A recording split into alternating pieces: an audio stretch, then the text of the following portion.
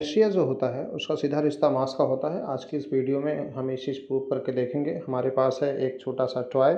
ये एक छोटी-सी गाड़ी है जो 3 स्टेप से मिलकर बनी हुई है। बहुत सारी पहिया लगी हुई हैं, लंबी सी दिख रही है और इसमें हम देखेंगे कि मास का क्या इफ़ेक्ट पड़ता है। बहुत ही लाइट वेट की गाड़ी है। मैं इस पे एक एक्सटर्नल मास रखूँगा और इस एक्सटर्नल मास का इसके मूवमेंट पे क्या प्रभाव पड़ता है, इसको आज हम वीडियो के माध्यम से देखेंगे।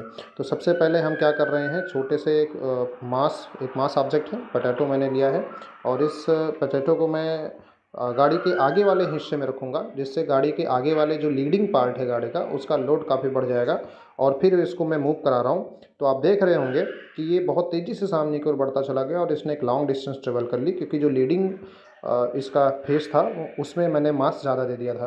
तो यहाँ से समझने वाली बात मुझे समझ में ये आई कि अगर मैं मास ऑब्जेक्ट का बढ़ाता हूँ तो वो अगर मोशन में है तो लंबी दूरी तक वो मोशन में रहेगा। इवन दो फ्रिक्शन उस पे काम कर रहा है, लेकिन वो लंबी दूरी तक मोशन में रहा।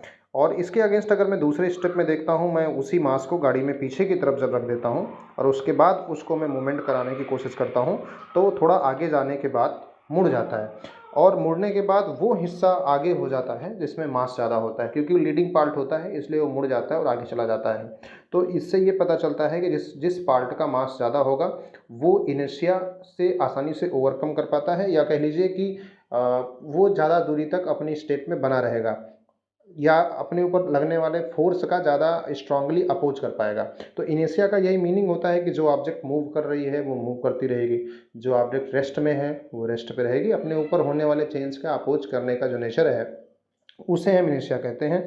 और आपने देखा कि जब दूसरी बार हमने बॉडी में मास को कार में मास को पीछे रखा, तो उसका जो पीछे वाला पार्ट था वो आगे की तरफ हो गया, उसने रास्ते में टर्न ले लिया। इसको आपने डीपली देखा, उसमें यही कारण था, क्योंकि जो लीडिंग फेस होगा अगर उसमें मास कम होगा तो वो लीड नहीं कर पाएगा। मास जहाँ ज़्यादा होगा वो ज़्यादा देर तक मूवमेंट में रहेगा। तो इससे हम लोग ये सीख पाते हैं कि जो इनर्शिया है और मास के साथ वो डायरेक्टली रिलेटेड है। जिस ऑब्जेक्ट का मास ज़्यादा होगा उसमें इनर्शिया की प्रॉपर्टी ज़्यादा होगी, और इनर्शिया की प्रॉपर्टी का मतलब होता है कि जो भी ऑब्जेक्ट अगर रेस्ट में है तो रेस्ट में रहेगी, मोशन में है तो मोशन में रहेगी।